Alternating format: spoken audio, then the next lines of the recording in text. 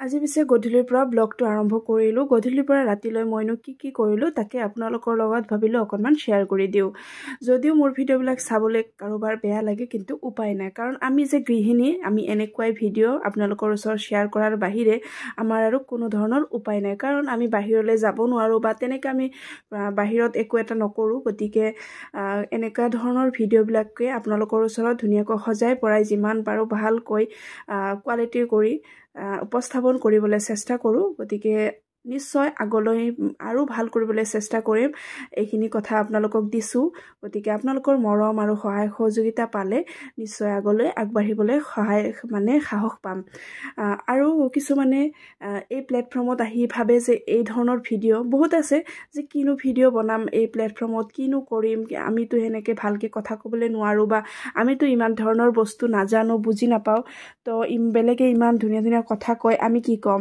এই কথাষাৰ আপোনালোকে কোনেও নাভাবিব। আপুনি যি জানে, আপুনি দিনটো যি কৰে, সেই ভিডিঅ'সমূহে আপুনি ৰাইজৰ মাজত উপস্থাপন কৰক। অকণমান খালি সজাই পৰাই কথাখিনি ভালকৈ বুজাই কেনে ক'বলৈ চেষ্টা কৰিলেই হ'ল।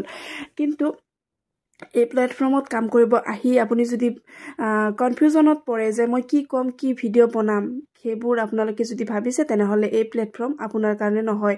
কাৰণ আপুনি যি জানে, আপুনি যি কৰে দিনটো, আপোনাৰ যি এটা হাতত দৈনন্দিন কৰিবলগীয়া কাজ কৰ্ম, সেইবোৰেই আপুনি ধুনীয়াকৈ উপস্থাপন কৰক। আজি ৰাইজে আঁকোৱালি নলয়, কালিলৈ নলয়, এদিন ন এদিন ৰাইজে আঁকোৱালি ল'বই নিশ্চয়। আৰু মোৰ কথাত টিকটিকিয়েও টিকটিক মাৰিলে। সঁচাকৈ আজি যদিও আঁকোৱালি নলয় কোনোবাই, নিশ্চয় এদিন হয়, এবছৰ নহয়, 2 বছৰ পিছত হ'লেও আপোনাৰ ভিডিঅ'টো আঁকোৱালি ল'ব। আৰু এইফালে দেখিছেনে, কথা কওঁতে কওঁতে মোৰ টেমাৰ ইমান ধূলি বালি পৰিছে, টেমাত একদম ধূলি বালিৰ অৱস্থা নাই।